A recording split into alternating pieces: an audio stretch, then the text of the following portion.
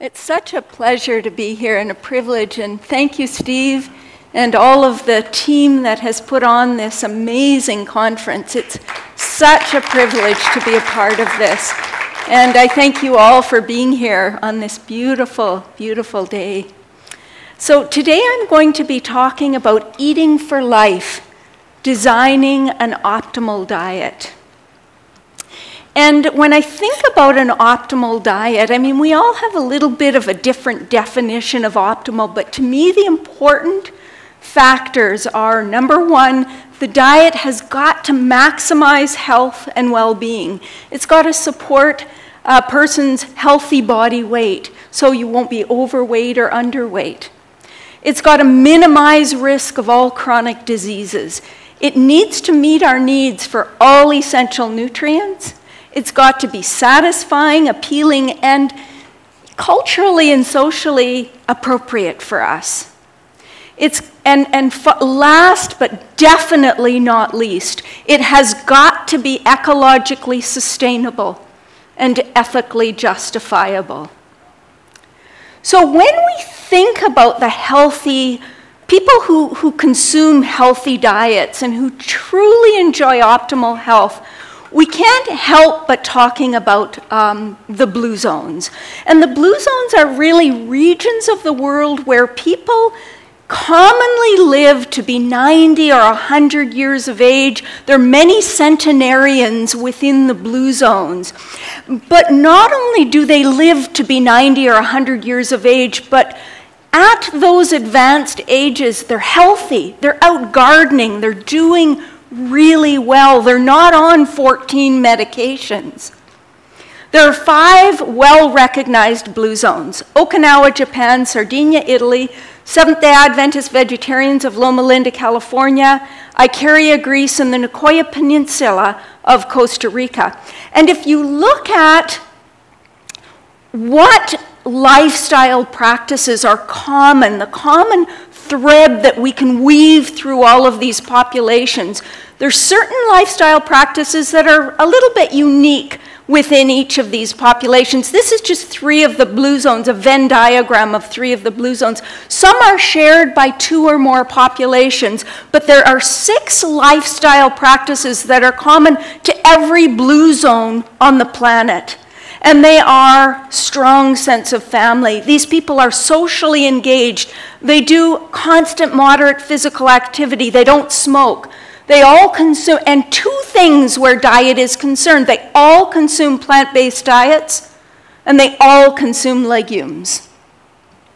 You know, I'm just going to go back for a second, because tomorrow the entire lecture is looking at diet and disease and what we know about the link between diet and disease and the various populations. And so just touching on it lightly here, but tomorrow that will be the entire lecture.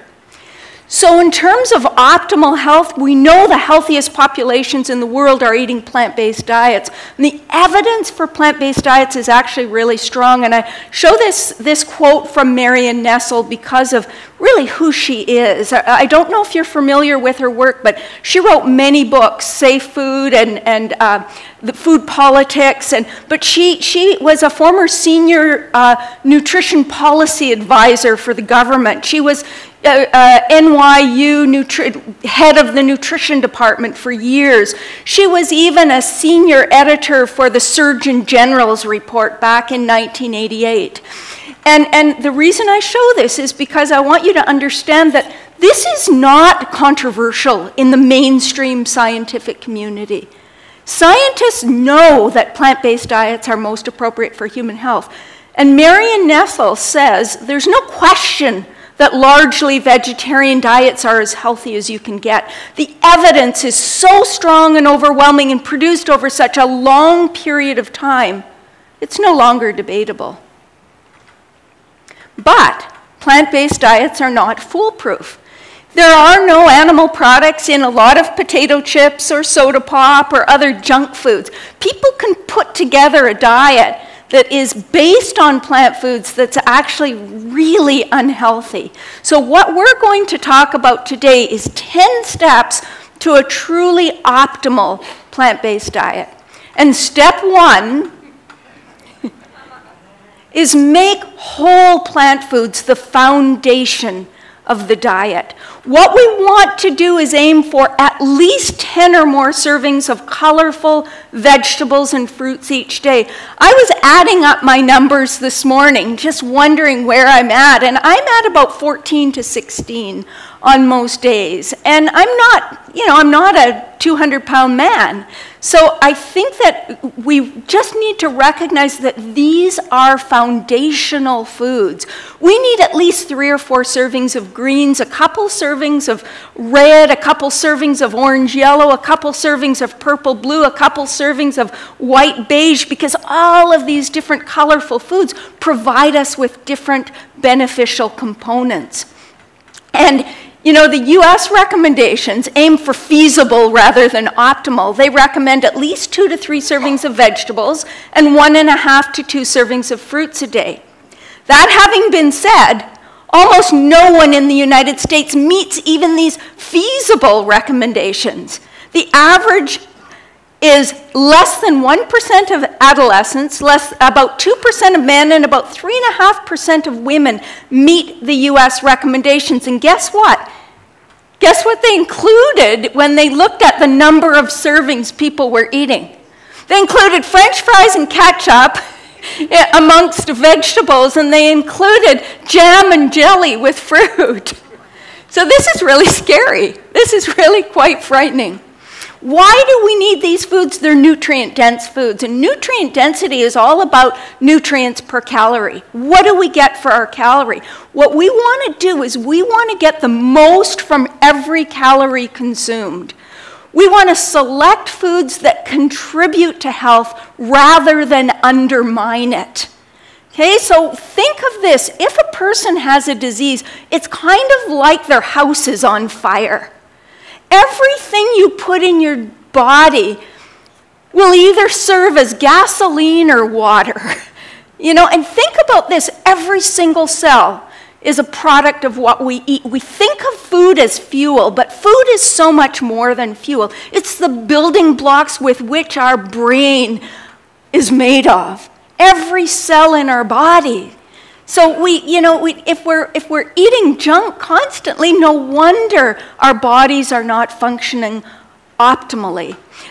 We heard a lot from Dr. Furman. This is his nutrient density index. So at the top, green leafy vegetables, other non-starchy vegetables and fruit.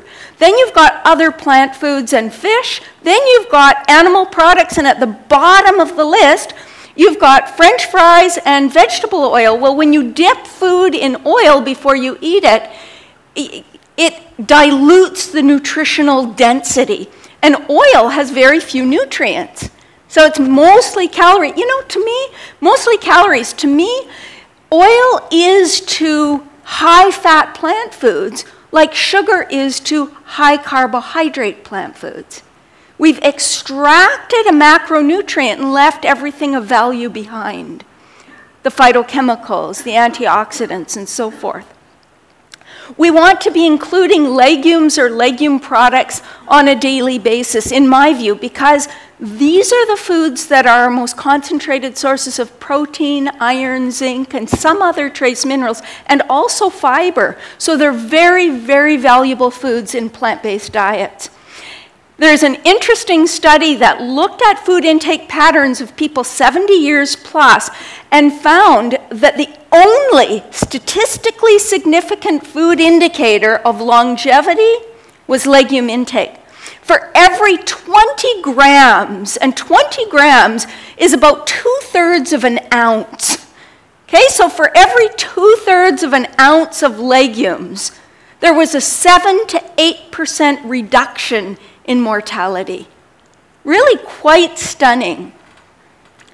We need to be including at least 1 serving, 1 ounce of nuts and seeds a day. And I would prefer to see 1 serving of each. I think these are extraordinarily valuable foods. They are underappreciated by many people in the plant-based community. There is very consistent evidence that they improve longevity, cardiovascular disease risk, diabetes, metabolic syndrome.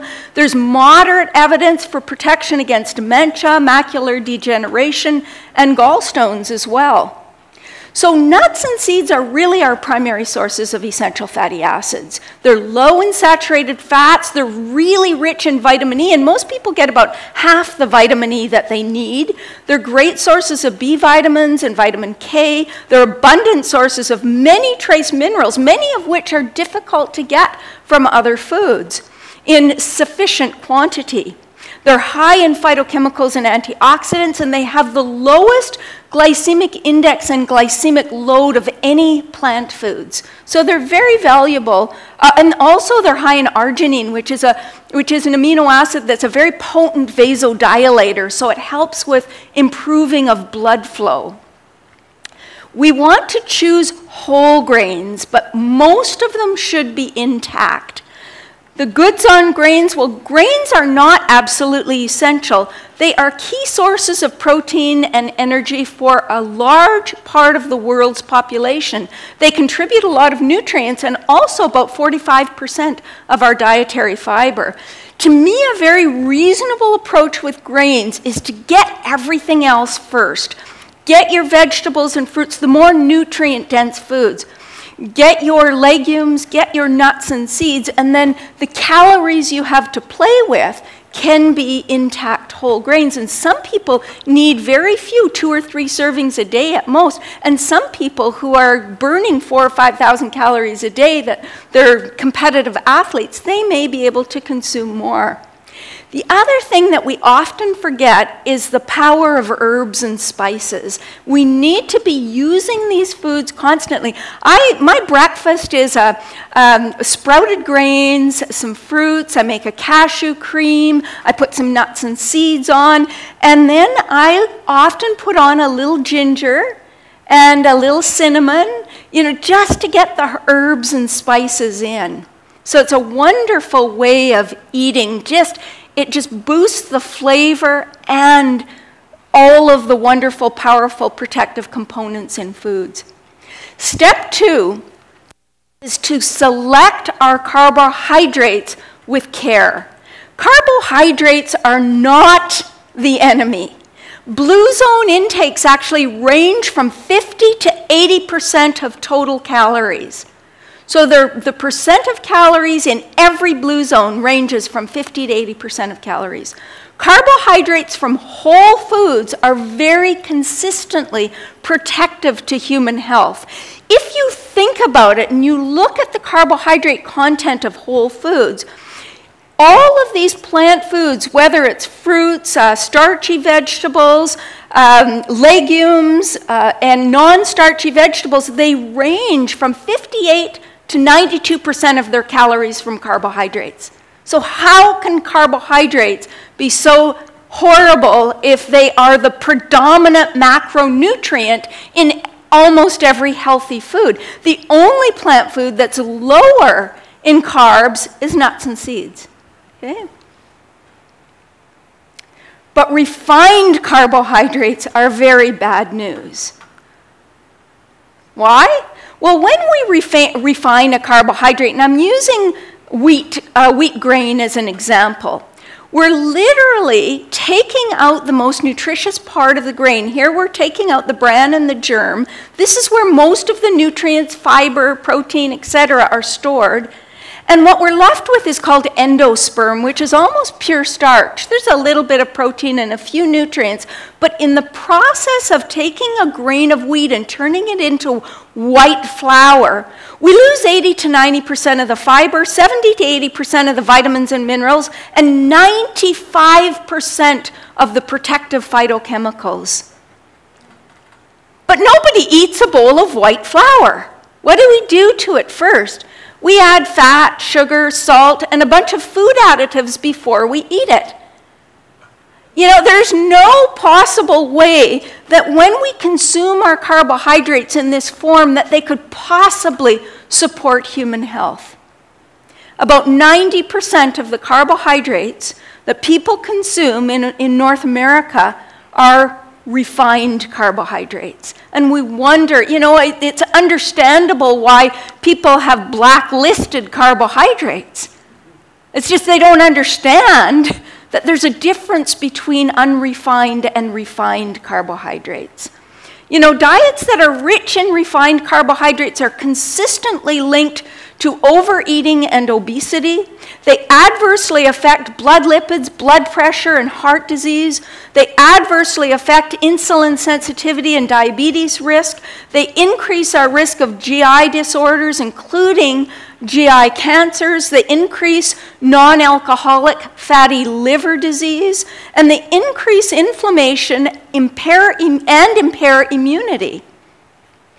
So we hear quite often that wheat is a chronic, perfect poison.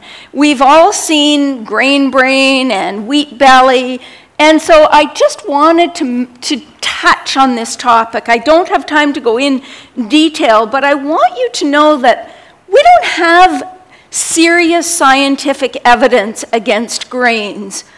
There is very significant volumes of evidence that show that refined grains increase risk of disease, but unrefined grains are actually protective. They're associated with reduced risk of heart disease, diabetes, and many cancers as well. However, it's really important to know that even whole grains vary widely in how valuable they are to human health. And so I've developed this thing called the whole grain hierarchy. At the top of the hierarchy is intact whole grains. That's the grain as it's picked off the plant. Nothing added, nothing taken away. How do you make it healthier? By sprouting it. When you sprout a whole grain, you decrease anti-nutrients, you release the stored forms of nutrients, and you absolutely magnify the phytochemicals and antioxidants, because phytochemicals are the things in plants that protect them against predators. They protect to allow the plant to grow. So when you start sprouting, those phytochemicals increase 300, 400, 500%. So very, very good way to improve the value of a grain is to sprout it. You also reduce the gluten content when you sprout, very significantly. Next on the list would be broken whole grains, then rolled, then shredded, then ground, then flaked, and at the bottom of the list would be puffed whole grains. And so what are we doing as we go down this list? We're increasing the surface area of the grain. We're increasing the glycemic index. We're decreasing the nutritional value, exposing nutrients to air. The bottom of the list, a puffed whole grain, like brown rice cake, for example, many people think is a wonderfully healthy food because it's low in calories, but the nutritional value is quite dismal, and it's absorbed more rapidly than white sugar.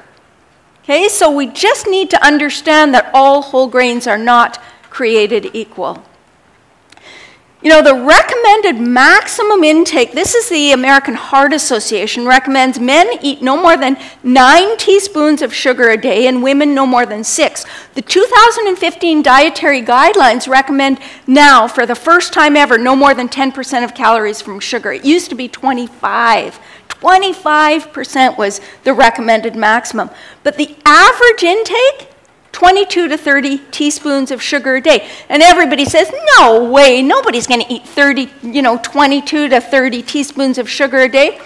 But 1 8-ounce container of low-fat fruit yogurt contains 9 teaspoons of sugar on average. And that's just not just dairy yogurt. It's soy yogurt and coconut yogurt and almond yogurt and all sorts of yogurt that's fruit flavored. A soda is 10 to 13 teaspoons of sugar. A slush is 28 teaspoons of sugar. You know those things kids drink in the summertime. The numbers add up very quickly. To get under the 6 teaspoons for women, you'd be eating no fruit yogurt, and you haven't eaten anything else all day. So it's interesting. The other interesting thing is about half of our sugar comes in the form of liquid beverages, sweet beverages, sodas and iced teas and sports drinks and all of these sorts of things.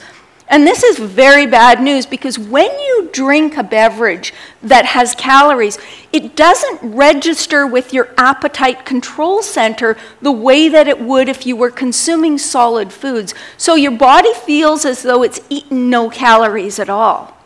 And so it contributes, of course, to overweight and obesity. Well, what about the sugar, the natural sugar in fruits? The added sugars, of course, are very consistently associated with increased disease risk, but fruit sugar is consistently shown to be protective when it's inside the whole food. Why? Because fruit is rich in fiber.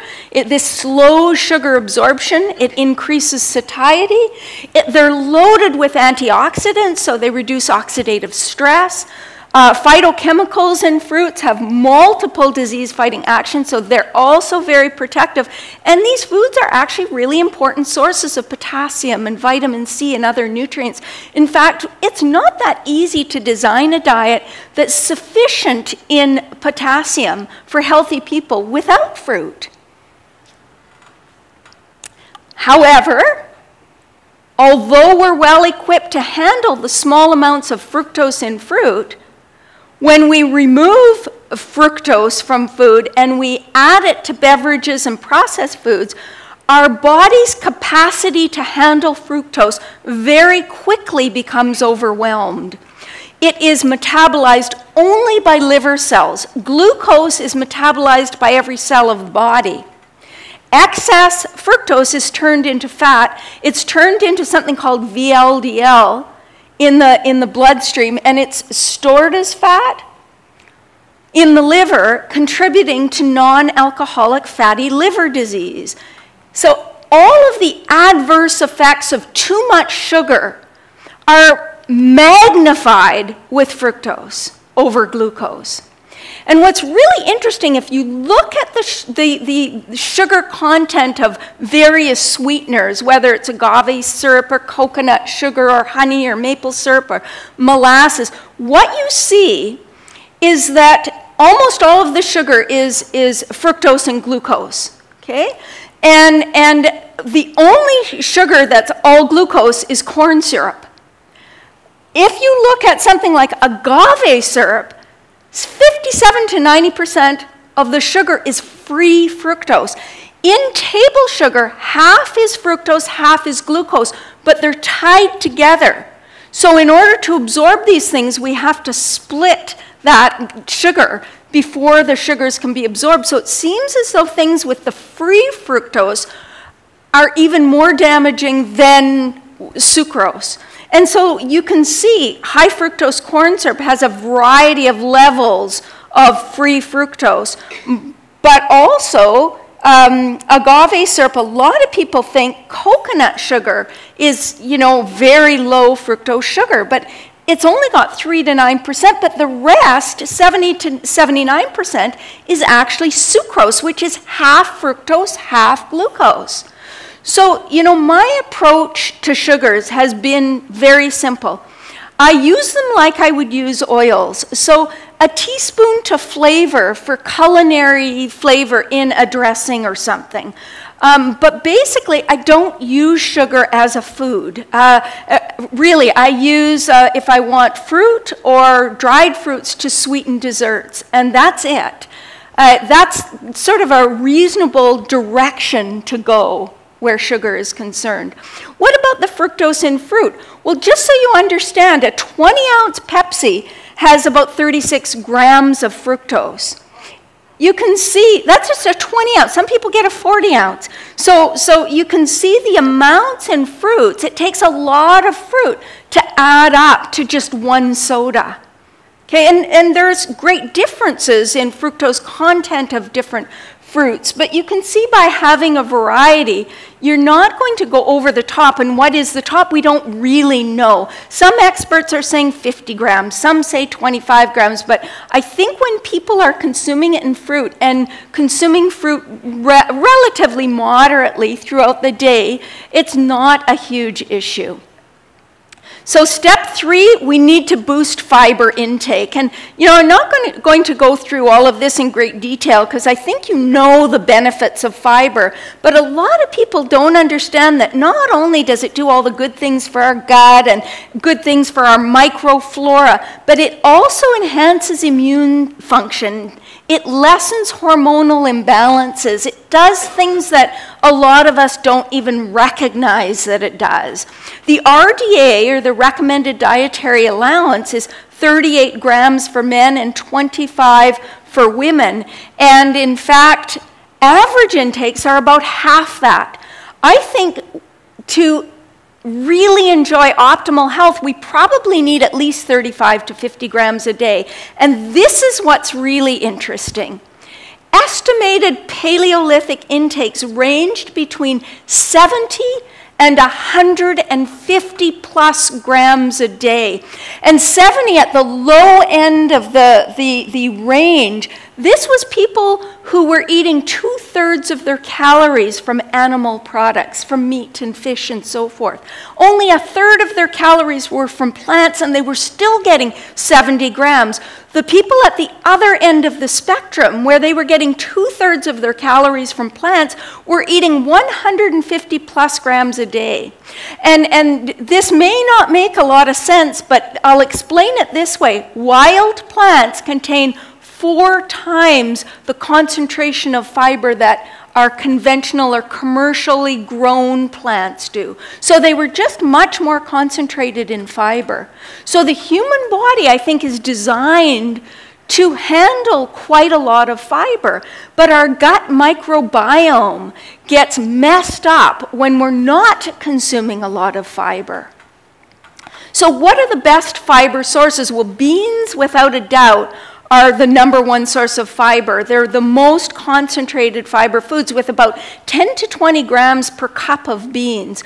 Avocados, this threw me for a loop when I saw this on, the nutrient database, the USDA nutrient database. I was looking up various things about avocados, and I saw 13.5 grams of fiber in a 200-gram piece of fruit, not including the skin. It's quite shocking. You wonder where the fiber's hidden because it doesn't seem very fibrous, but it's a very high fiber food. Then grains, then berries, and then other vegetables, fruits, nuts, and seeds are all sources. But of course, only plant foods contain fiber. I had someone ask me the other day, but even if you cook even if you cook meat, doesn't it contain fiber if you cook it?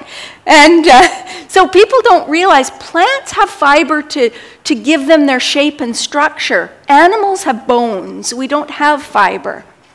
So we get very little fiber from refined carbohydrates, fast foods, processed foods. We get no fiber from animal foods, dairy products, fat, oil, or sugar.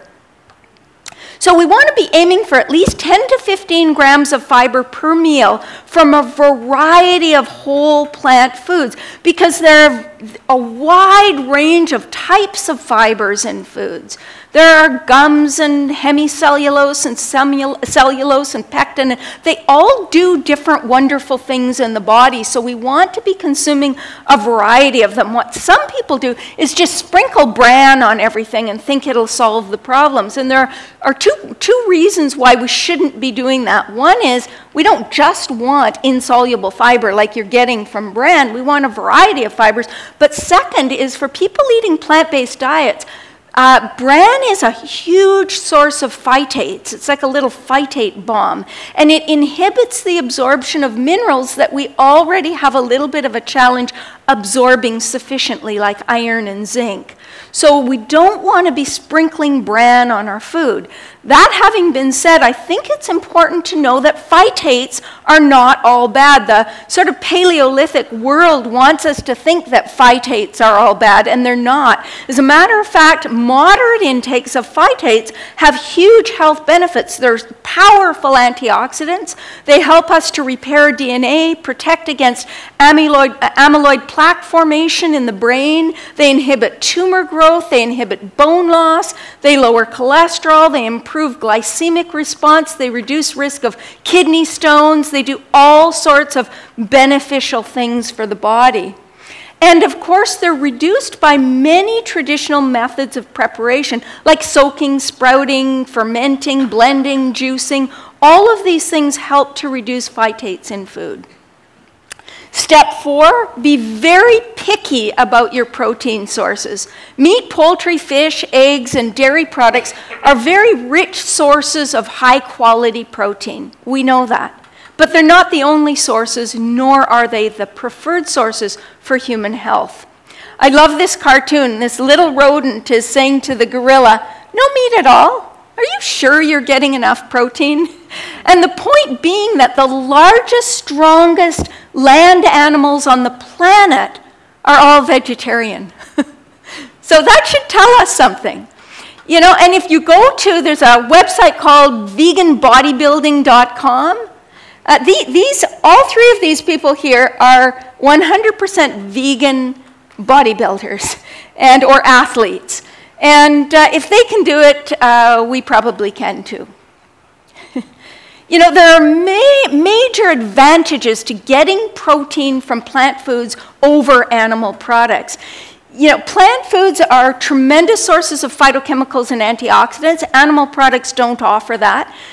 They're high in iron and zinc like meat is, but they also provide calcium and potassium and magnesium and folate, other nutrients that we don't get a lot of from meat.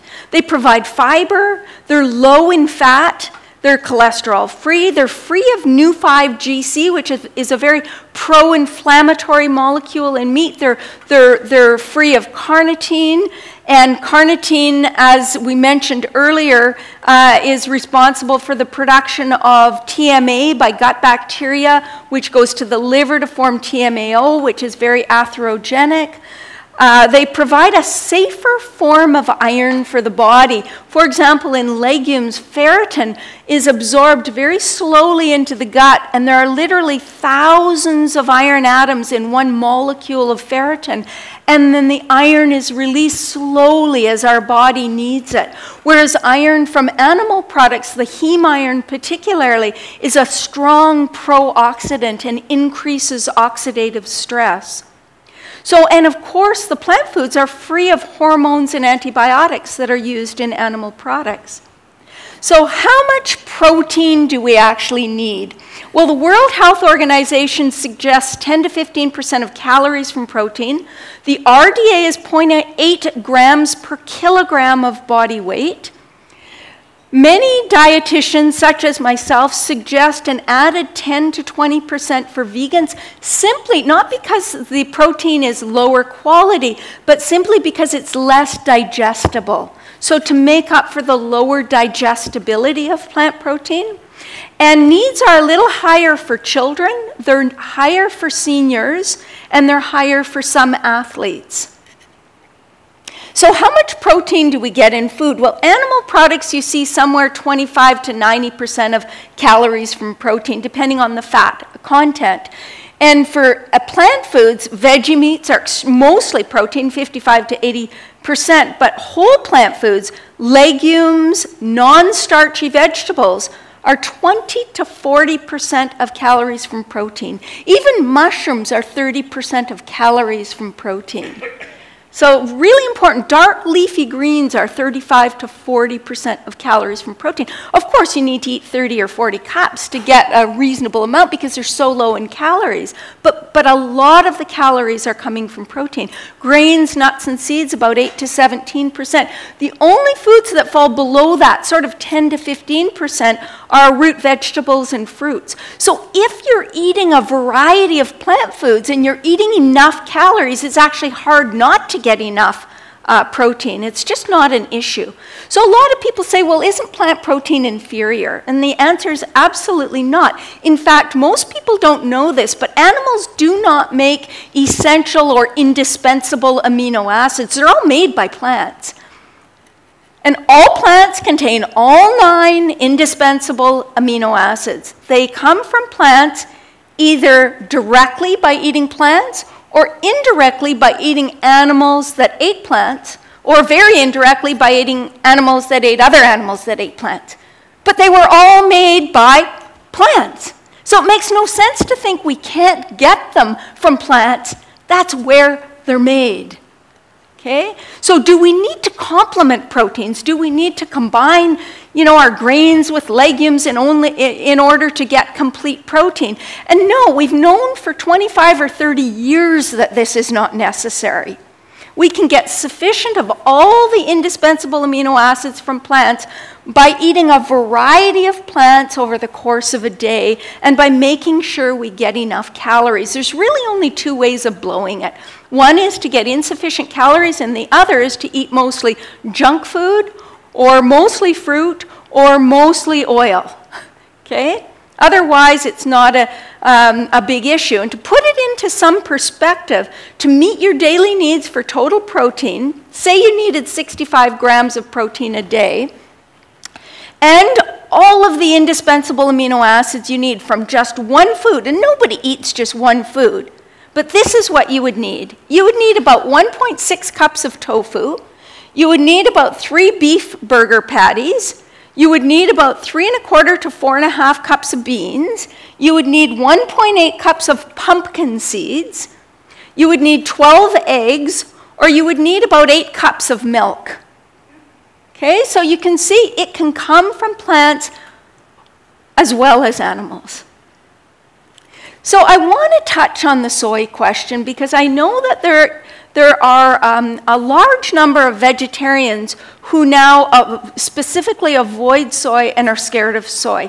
And most of the negative comments about soy that we see on the internet come from the Weston A. Price Foundation. And the Weston A. Price Foundation is a very anti-vegetarian organization. They actually say, you won't believe this, but they say that the only people that should never breastfeed their children is vegans, because their milk will be inadequate. So they're just very, very anti-vegetarian. And in fact, it's just the opposite. You know, vegans actually have lower levels of environmental contaminants in their breast milk, and their breast milk is very, very good. It may have a little lower levels of omega-3s, but that can be corrected very, very easily. So on to the soy question, is soy safe?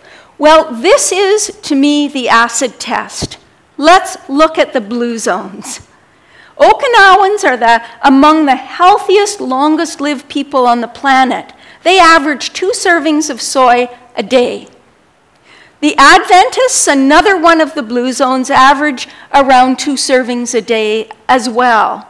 So to me, if the healthiest, longest-lived people on the planet are eating soy, it can't be poison. You know, they probably wouldn't be the healthiest, longest-lived people on the planet if it was poison. So, you know, the evidence actually suggests protective effects.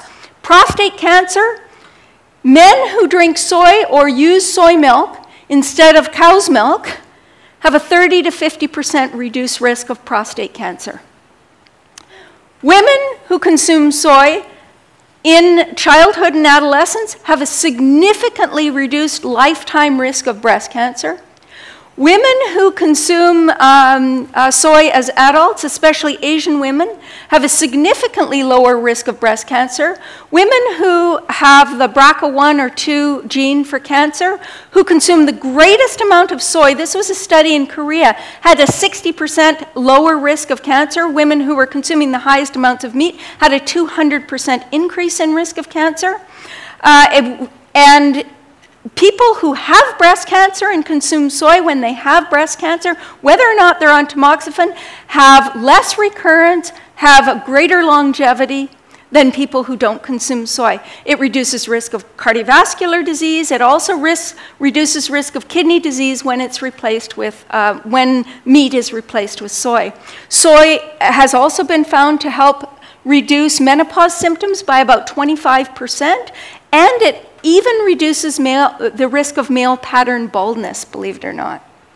So the thing about soy to me that we need to understand is if you eat soy, and you don't have to, it's not a necessary food. You can eat other legumes if you prefer. Some people are even allergic to soy. But you want to stick to organic soy, and you want to select mostly first-generation soy products. Things like edamame and tempeh and tofu, it doesn't have to be fermented.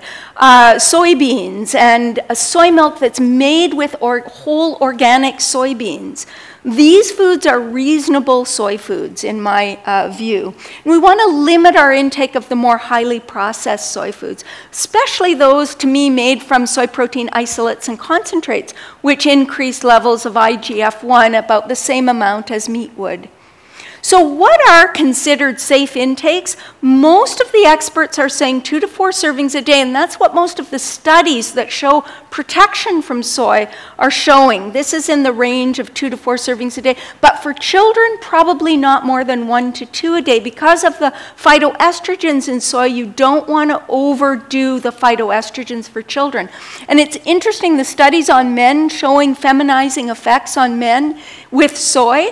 2 studies. In one study, the guy was eating 14 servings of soy a day, and in the other study, these are just case studies, the guy was eating 18 to 20 servings a day. So if all you eat is soy, yeah, it could cause some problems. At moderate levels, there's no evidence that it causes those kinds of problems. So step 5 is to choose healthy fats. This is our last macronutrient. We want to replace unhealthy fats with healthy fats from whole foods. Quality trumps quantity. Remember the blue zones. The Okinawans eat about 11% of calories from fat. The people in Sardinia and Greece eat about 36 or 37% of calories from fat. They're both, doing really well. To me, it's, again, not so much the percentage of macronutrients, it's the source of the macronutrients that matters. So, when it comes to how we should deal with fat, we need to, number 1, avoid trans fatty acids completely. We need to limit saturated fat, moderate our use of concentrated fats and oils, minimize fried foods and oxidized fats, and include sufficient sources of essential fatty acids in the diet.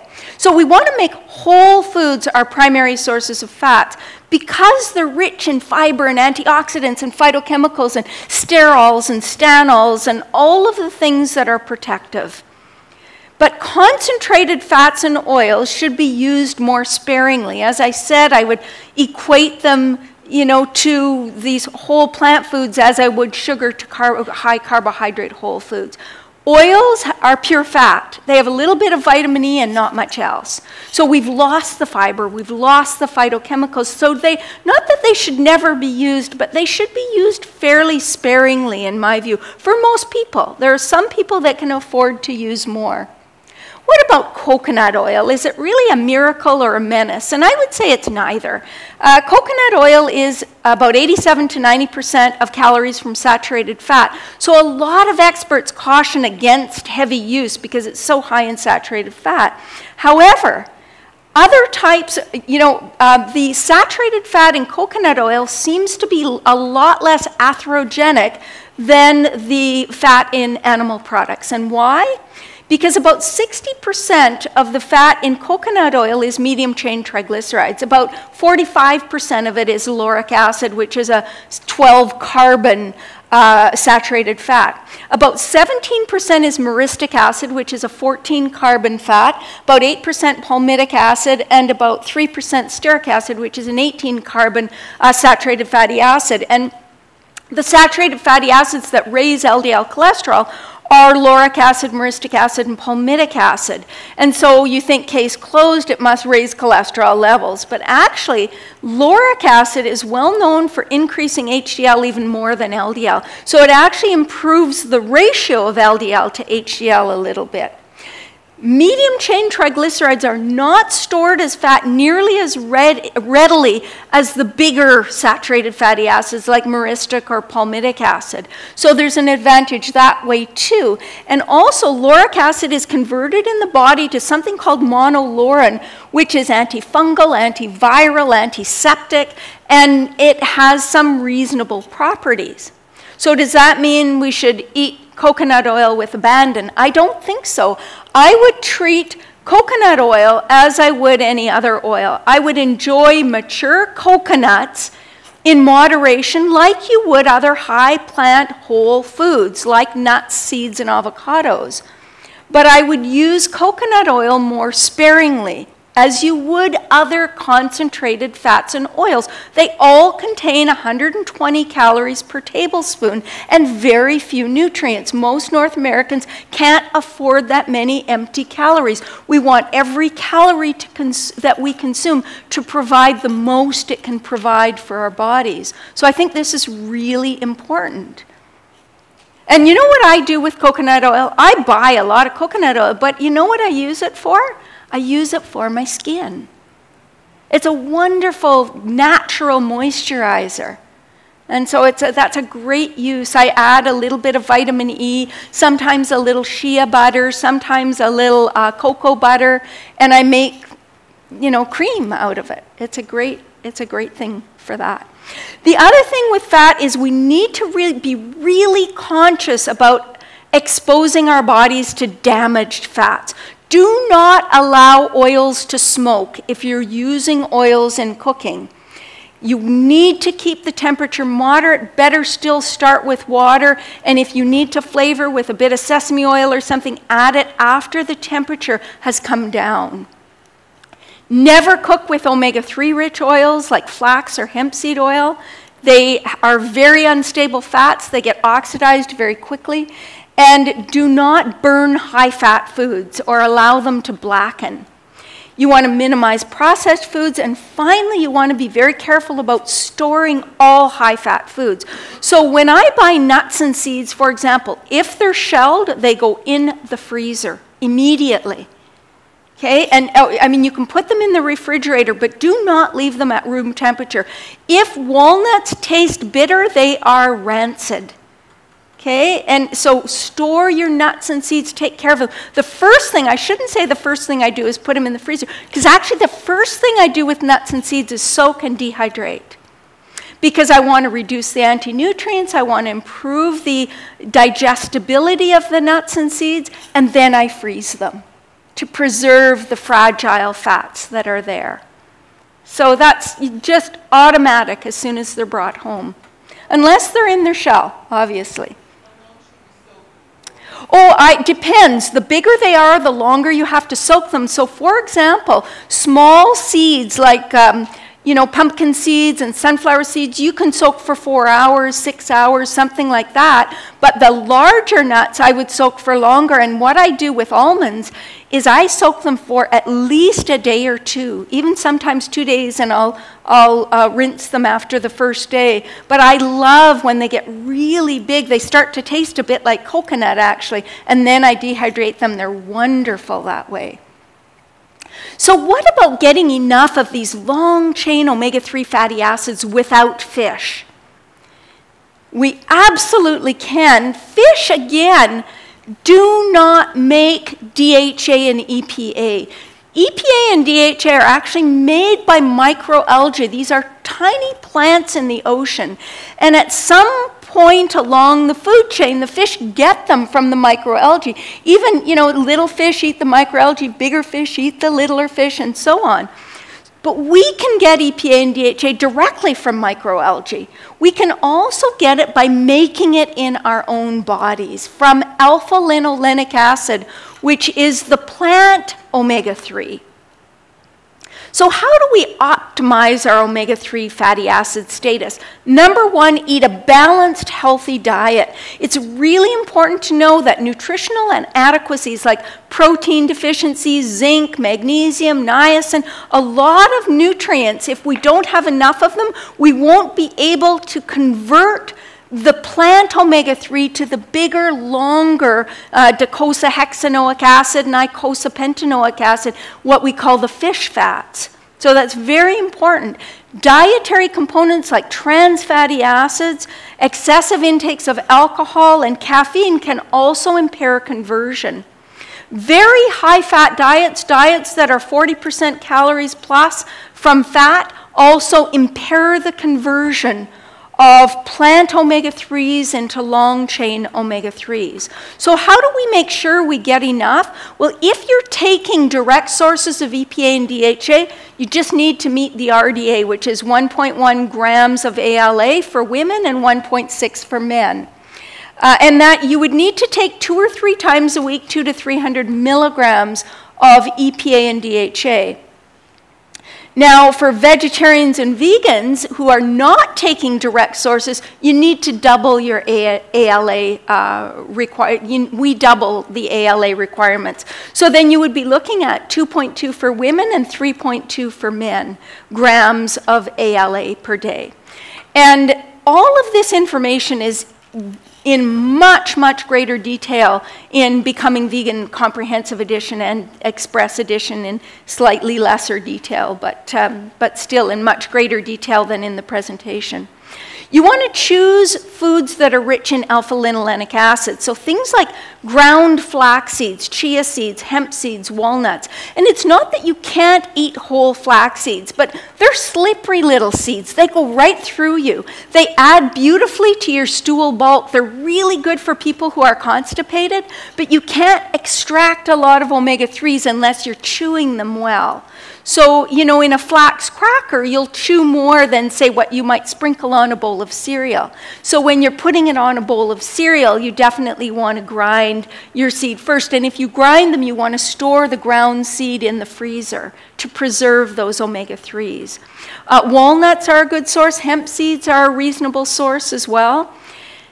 And just to give you an example, about a tablespoon, a heaping tablespoon of ground flax will give you enough, as will an ounce of walnuts, as will a couple of tablespoons of chia seeds, or about 2 or 3 tablespoons of hemp seeds. And you know, a lot of people don't realize this, but about half the fat in greens is omega-3. So, but you would have to eat 30 cups to get 3 grams because they're so low in fat, but they still are sources. Some people eat too much omega-6, and why would that be a problem? Because omega-6 fats can reduce conversion by about 40 to 50% if you eat too many. They compete for the same conversion enzymes. And so you don't want to, if you're using oil, use the omega-6 rich oils like sunflower and safflower and soy and cottonseed and so forth. And you want to limit foods that are made with those fats as well. Also, it's reasonable to consider a direct source of EPA and DHA. There are all kinds of supplements, especially for those with increased needs, so pregnant and lactating women, or those who may not be good at converting. So people with diabetes, metabolic syndrome, hypertension, for example, or populations who have traditionally eaten a lot of fish, they may not produce the enzymes as efficiently. So this just gives you an example of some of the supplements that are available that are, you know, completely vegan EPA and DHA supplements. And what you would want is maybe 200 or 300 milligrams 2 or 3 times a week. Step 6, you need to meet all your micronutrient needs. And we'll talk only about the micronutrients, we're talking vitamins and minerals here, that tend to be an issue for people on plant-based diets. So B12, iron, zinc, calcium, vitamin D, and iodine. And we'll just do a very quick slide on each to give you a quick summary of what you need to know about. And in Becoming Vegan, both of the books, we created this thing called the Vegan Plate. And if you follow this guide, you'll meet your needs for all of these micronutrients. So first of all, vitamin B12. Number one, plant sources are not very reliable sources of vitamin B12, although there are some exceptions. For example, seaweed contains both inactive and active B12. And when you dry seaweed, you tend to convert some of the active B12 into inactive B12. And inactive B12 can actually take up residence on B12 receptor sites, preventing real B12 from getting in there. And they can actually contribute to a functional B12 deficiency in that regard. Now, chlorella and AFA, which is a blue-green algae, may have more usable true B12, but the studies are in the very early stages, and done on 1 or 2 people, and so we can't say yet that these are just rely on these things only and you'll be fine. You still need to, even if you're using those, I would still take a supplement as well. Fermented foods and organic vegetables are not reliable sources of B12. Now, in Indonesia, they've confirmed that they have reliable B12 in their tempeh, but they don't use clean stainless steel vats to produce their tempeh like we do in North America or Europe. So we can't rely on things like that for B12. Mushrooms, some may be sources, especially if they're grown on human manure, but generally we want to wash them well, and we'll wash a lot of the B12 off. Internal production is insufficient because most of our production of B12 happens in the large intestine. We can absorb a little bit, but most of the absorption happens in the small intestine. So, and you can produce a little bit if you have very poor dental hygiene and you've got a lot of plaque on your teeth, you can actually produce some B12, but it's probably not worth what it will do to your longevity having such bad dental hygiene. So B12 production, is just not something you can rely on in the human body. So our stores in adults might last 2 or 3 years, but I've seen people become deficient in 6 months. Babies born to breastfed mothers who are B12 deficient can develop clinical signs of deficiency within a few weeks, and they can have irreversible brain damage by the time they're 10 or 12 months old. Not worth ever taking a chance with, trust me. I've seen too many court cases and babies taken away from parents and all of these things. Please be sure to get a reliable source of B12 in your diet. How much do you need? 4 micrograms a day in 2 or more servings of fortified foods.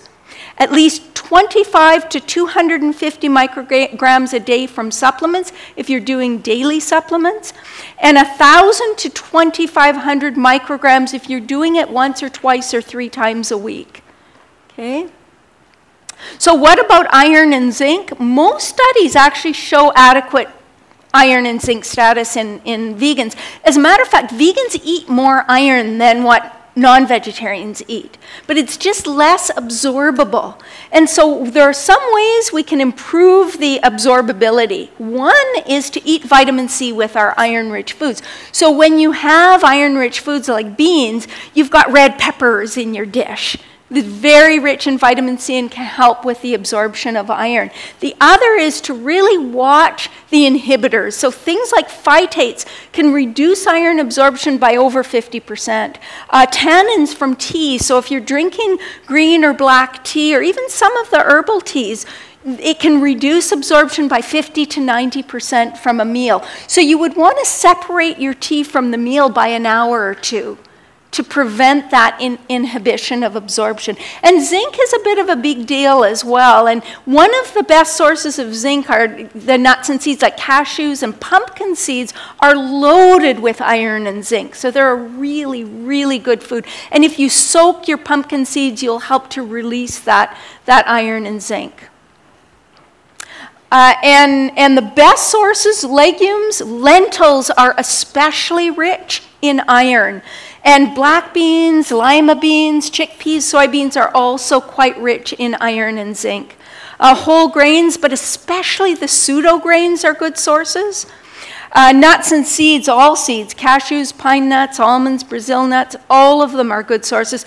Mushrooms are surprisingly good sources, as are peas and string beans, green leafy vegetables. Avocados, prune juice, dried fruits are reasonable sources of iron. And then fortified foods and blackstrap molasses. Do you know that let's say a tablespoon of blackstrap molasses has about the same amount of calcium as a cup of milk and about the same amount of iron as an 8-ounce steak? Could be 2 tablespoons of blackstrap molasses, but they're very concentrated in trace. It's the only sugar that's actually concentrated in minerals. So what about calcium? You know, calcium, a lot of people believe that they've got to have milk for their calcium, that their bones will dissolve if they're not drinking milk.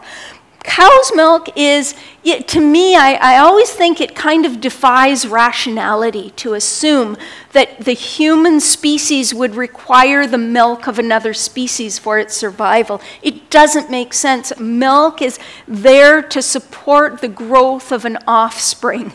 And cow's milk is designed to promote the growth of baby calves, and deer milk. And, you know, deer milk and moose milk have twice as much calcium as cow's milk. We don't call them essential foods. So I think it's really important to recognize that milk is very rich in calcium, but it's not an essential food. We can get plenty of calcium in other places. However, vegans who consume less than 525 milligrams of calcium a day have a higher risk of bone fracture compared to omnivores. And the difference completely disappears when vegans get more than 525. I recommend that people aim for 1,000 milligrams a day to meet the RDA. But almost half of vegans have intakes lower than 525 milligrams a day. So we need to strive to meet the recommended intakes. And we can use fortified non-dairy products, but things like tofu and almonds and dark green leafy vegetables are excellent sources, except for the dark greens that are high in oxalic acid, like beet greens, spinach, and Swiss chard, for example. I'll show you that on the next slide. But I want to tell you from a personal perspective, I had my bone density done when I was in my late 40s, but maybe 7 or 8 years ago. And my mom had osteoporosis by that age, and she's always been a fairly big dairy consumer. And my bone density was so high, it was 2.5 standard deviations above norm for my age. They couldn't even plot it on the charts. They put an arrow at the top of the chart and said, go figure, I've been vegan for 25 years. And the doctor said, you know, your bones are made of steel, but it's because I've been really conscious of calcium and vitamin D, but it's also because I keep giving my bones a signal to stay strong by doing weight-bearing exercise on a daily basis. So the weight-bearing exercise is just vital to bone health. So if you look at calcium absorption, the dairy industry likes to tell us that dairy products are the only foods that we really absorb much calcium from, and that's simply not true. We get about 32% of the calcium from dairy products, but we get about the same from tofu made with calcium. We get about 27% from legumes and soy milk. We get 40% plus from the low oxalate dark greens like broccoli and kale and Chinese greens and turnip and mustard greens. However, we get less than 20% from the spinach, beet greens, and Swiss chard, which are very high in oxalates. And the oxalates bind to these, you know, to the minerals like calcium, making them unavailable. We get about 5 or 10% from most of these foods. And if you eat a salad that has kale and broccoli in it and also spinach, the spinach doesn't inhibit the absorption of the calcium from the kale and broccoli. And spinach is a wonderful food. It provides a lot of nutritional value, so we still want to be consuming those foods. So vitamin D, few plant sources are reliable sources of vitamin D. We need, our RDA is 600 to 800 IUs per day. Many experts suggest 1,000 to 2,000. And the other thing to mention is vitamin D2 and D3. If you're taking small amounts like 1,000 or 2,000 IUs, there's really no difference in absorption from the plant versus the animal source vitamin D. And you can get vitamin D vegan style now as well. If you live below the 33 degrees latitude, on cold winter days, you won't produce vitamin D. If you live where I live, which is in Kelowna in Canada, it's probably more like October to March or November to, depending on the year. But we don't make vitamin D at all during those months. And so we do need to be really conscious of that and make sure we have a source of vitamin D. And finally, iodine. The RDA for iodine is 150 micrograms. The upper limit is 1100.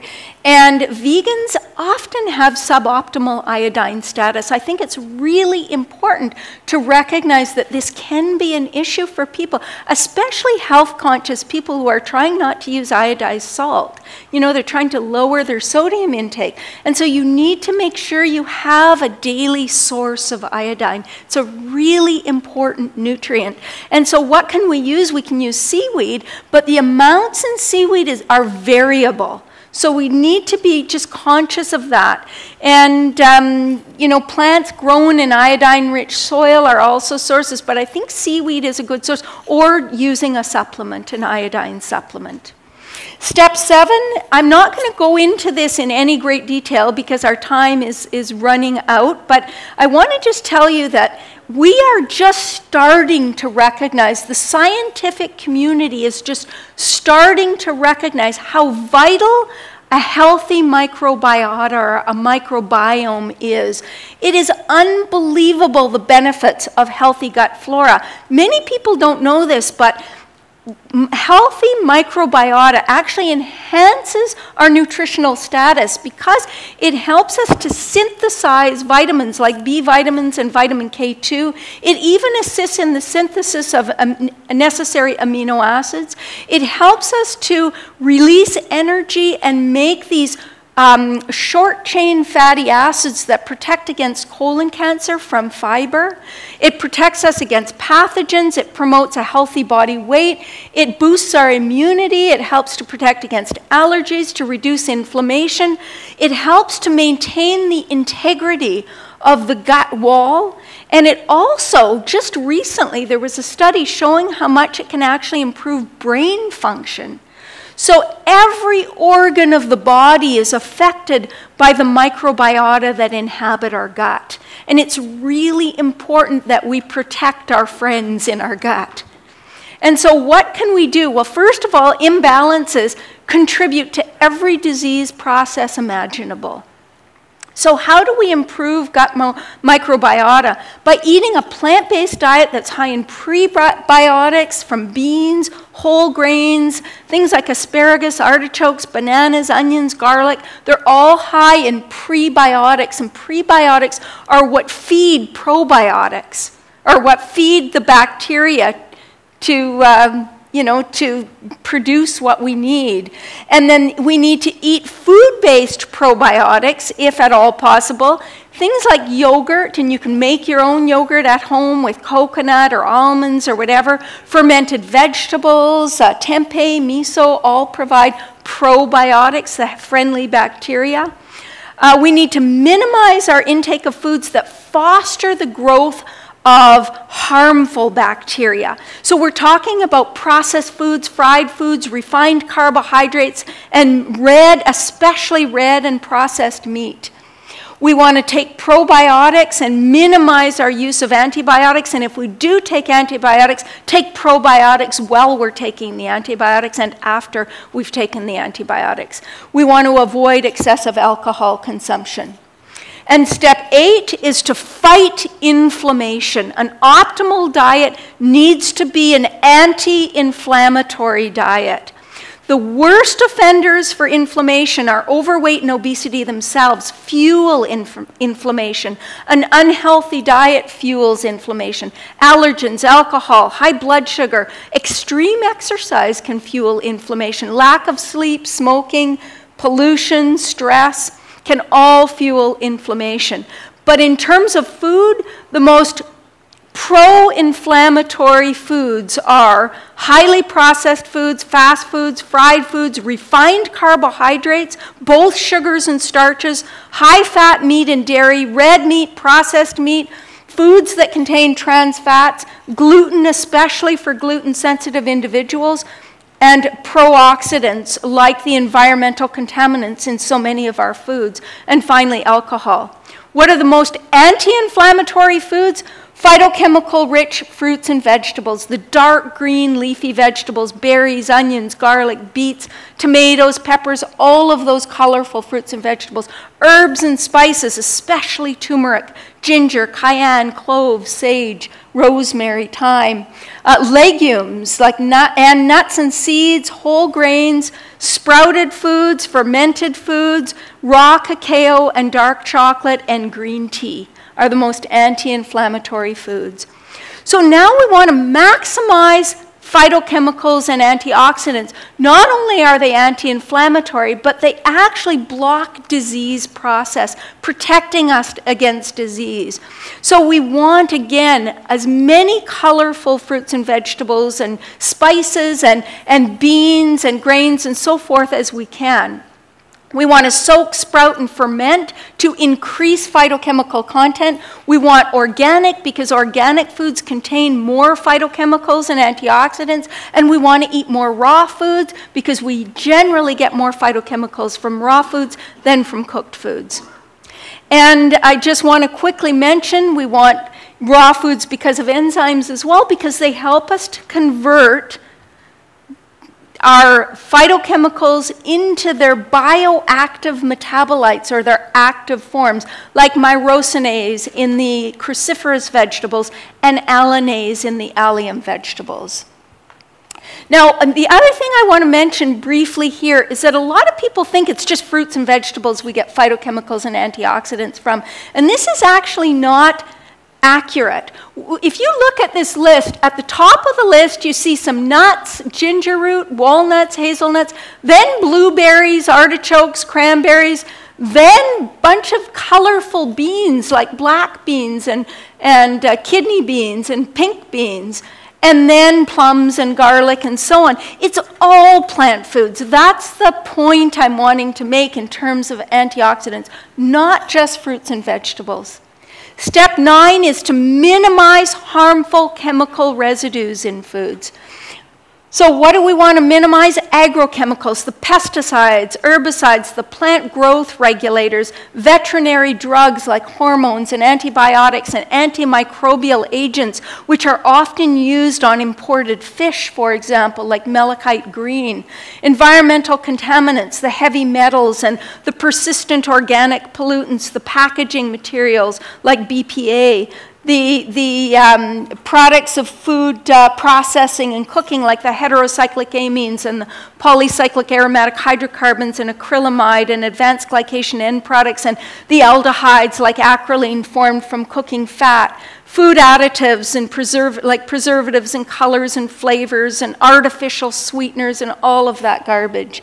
What do they do to us? Well, the damage done by these chemicals is unbelievable. It causes, number one, oxidative stress, but they fuel inflammation, they disrupt hormones, they act as obesogens, they damage, they're neurotoxic, they damage the brain, the nervous system, they damage the liver, kidneys, reproductive systems. Every body system is damaged by these compounds. They increase our risk of every chronic disease that we know of. So first of all, agrochemicals. How do we deal with them? By choosing organic when we can. By growing organic in our own gardens. You know, I like this, the Environmental Working Group, it puts out their Dirty Dozen Clean 15 list every year. And so for people that can't necessarily afford everything organic, it lists the foods that are sort of the least concentrated in pesticides and those that are the most concentrated, the Dirty Dozen, and people can avoid those specifically. We want to use foods without excessive packaging, use jars instead of cans, or use BPA-free packing materials. Where environmental contaminants are concerned, these chemicals move up the food chain, and they are, you know, very concentrated in animal products like fish, meat, and dairy products. So we need to eat lower on the food chain to reduce our intake of these compounds. For people that eat fish, they need to be very aware of the pollutants in fish, the dioxins and the heavy metals, and there are a lot of assistance for them. There are a lot of these kinds of forms online that explain where these products are really located. So what about products of high temperature cooking, like heterocyclic amines? These are carcinogens. They were listed as carcinogens and the NIH listed them as carcinogens in 2005. They are formed in meat, poultry, fish, and eggs when they're cooked at high temperature. They are not formed in plants because you need either creatine or creatinine to form heterocyclic amines, and plants don't contain creatine or creatinine. So people who are vegetarian don't get any heterocyclic amines. What about polycyclic aromatic hydrocarbons? These compounds are known mutagens. They're linked to lung, skin, and genitourinary cancers. They are formed when foods are blackened. The blacker the food, and it doesn't matter if it's a plant food or not, all foods form PAHs. Anything heated above 392 degrees Fahrenheit can form PAHs. So grilled or charred meat, poultry, fish, but they're also formed in grains or anything else that we fry in oil, like French fries. Advanced glycation end products, these literally impair immune function. They accelerate aging. They contribute to the progression of all of the chronic degenerative diseases and damage to our organs. And advanced glycation end products, the most concentrated sources are cooked processed meats. So this is a broiled frankfurter at the top of the list, then boiled frankfurters, so processed meat, and then grilled or fried meat. But even fried tofu will contain these advanced glycation end products. Snack foods like chips and cookies and so forth also contain them, and fruits and veggies are very low in these compounds. So finally, acrylamide. And acrylamide is something that is formed when high carbohydrate foods are heated above about 248 degrees Fahrenheit, which isn't a very high temperature.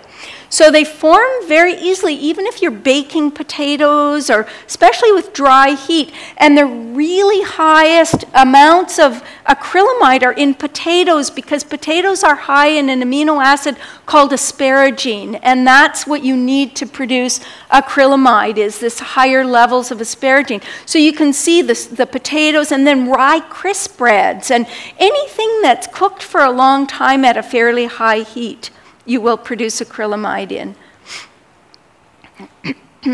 We want to use food preparation methods that minimize the production of these harmful compounds, so wet cooking methods as opposed to dry cooking methods or frying.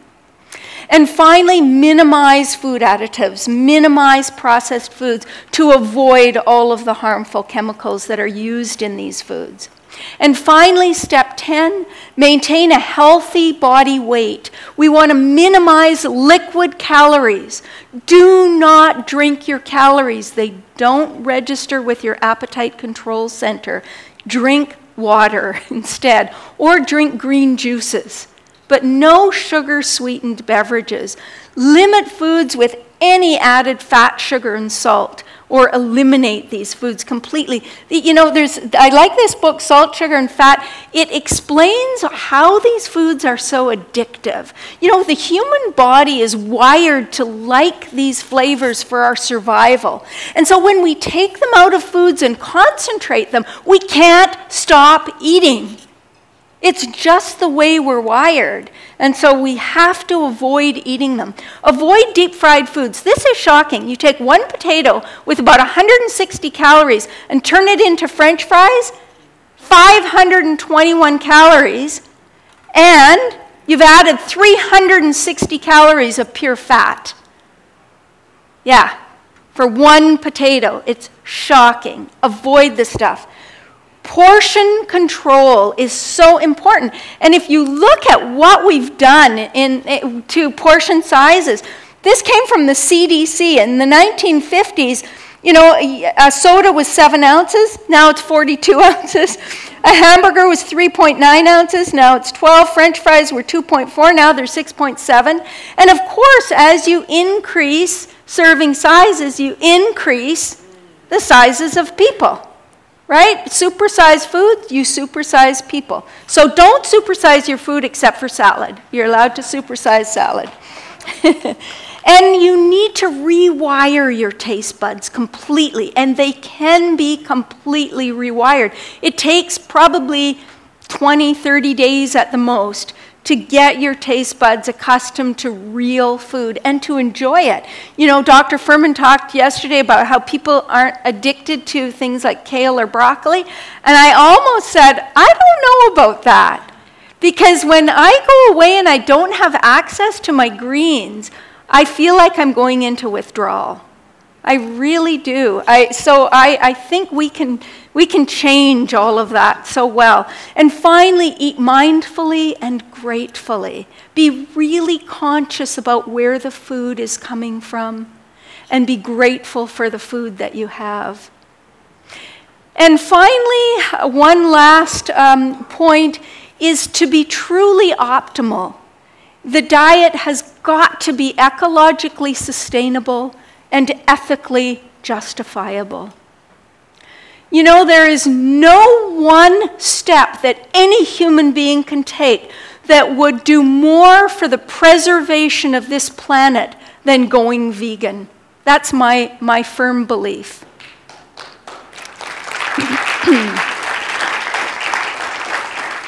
Some people suggest going back to our roots and eating a paleo diet to help protect the planet. During the Paleolithic period, the human population rose from 500,000 people to about 6 million people. Today, there are 7.5 billion people on this planet. If we were all hunter-gatherers, we would need 15 planet Earths to sustain the current population. Our population growth is not slowing down. By 2050, it is estimated that we will have 9.3 billion people on this planet. The ultimate question has got to be, how can we as human beings best adapt to our current environment to sustain ourselves and all life on this planet? Because we are on a trajectory that is not very appealing. The United Nations Environmental Program expert panel concluded that 2 activities have a disproportionately large effect on this planet's life support system. Number 1 was animal agriculture, especially livestock and dairy. And number 2 was the use of fossil fuels. And their recommendation, a global shift to a plant-based diet. I believe they might have even used the word vegan. The FAO of the United Nations in 2013 said the livestock sector is responsible for 14.5% of all human-caused GHG emissions. Cattle, 65% of this. This is more than all forms of transportation combined. It's shocking. The award-winning environmental study of 2008 by Weber and Matthews from Carnegie Mellon University found that eating 100% plant-based or vegan diet just 1 day a week reduces greenhouse gas emissions more than eating local 7 days a week, 24 hours a day. So for people that are on the local bandwagon, we need to eat local, but it's even more important that we eat plant-based. And finally, our diet, in my view, needs to be ethically justifiable. Animal life, most of us like to imagine animals on farms this way. 100 years ago, 40% of the population lived on farms. Today, it's 1.9%, and we've got a lot more people. How are we feeding those people? Well, we need a reality check, because we are slaughtering on this planet Earth 70 billion animals a year. There are 7.5 billion people on this planet, and we kill 70 billion sentient animals every year for food. 90 to 95% of these animals are being raised in concentrated animal feeding operations otherwise known as factory farms. And we have a choice. It makes very little sense to funnel wholesome plant foods through animals in an overpopulated world when we consider our food choices not just for ourselves but beyond ourselves. A plant-based diet simply makes sense. Becoming vegan, what it's all about is it is about widening our circles of compassion. It is about refusing to contribute to the pain, suffering, and death of 70 billion animals a year, not including the animals from the sea, when it is absolutely unnecessary. Not only is it unnecessary, it's destroying us and it's destroying the planet. It is absolutely insane what we are doing. It makes zero sense.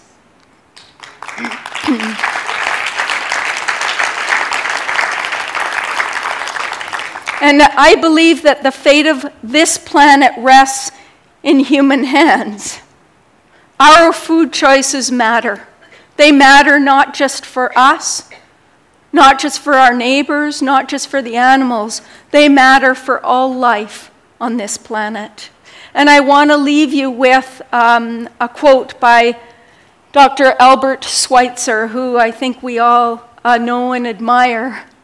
The time is coming when people will be amazed that the human race existed so long before it recognized that thoughtless injury to life is incompatible with real ethics.